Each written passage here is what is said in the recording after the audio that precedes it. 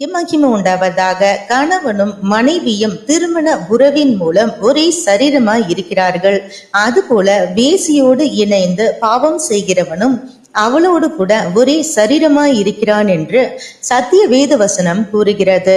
இது போல இன்றும் அநேகரும் திரளான கூட்டத்தாரும் பாவம் செய்து வேசியின் சரீரமாய் மாறி தன்னுடைய மனைவியையும் தீட்டுப்படுத்தி குடும்பத்தில் பல சந்தேக நோய்கள் பரவவும் சரீர நோய்கள் வரவும் காரணமாகி பரலோக தேவன் கொடுத்த குடும்ப உறவை தீட்டாக்கி திருமண உடன்படிக்கையை மீறி தனக்கு சாபத்தையும் வரவழைத்து அதன் மூலம் குடும்ப வாழ்க்கையில் பிரிவினையை உருவாக்கி நல்ல குடும்ப வாழ்க்கையை உடைத்து நாசப்படுத்தி பாவத்தின் சம்பளமாகிய கூலியை பெற்று தானும் தனிமரமாகி தனித்து நல்ல குடும்ப வாழ்க்கையையும் இழந்து குடும்ப வாழ்க்கையில் பெரிய இடைவெளியில் சமாதானம் என்று வாழ்ந்து கொண்டிருக்கிறவர்கள் அநேகர்.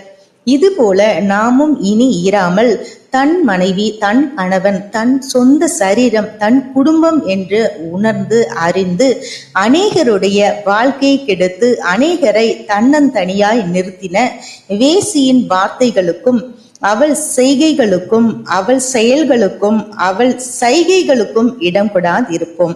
God bless you.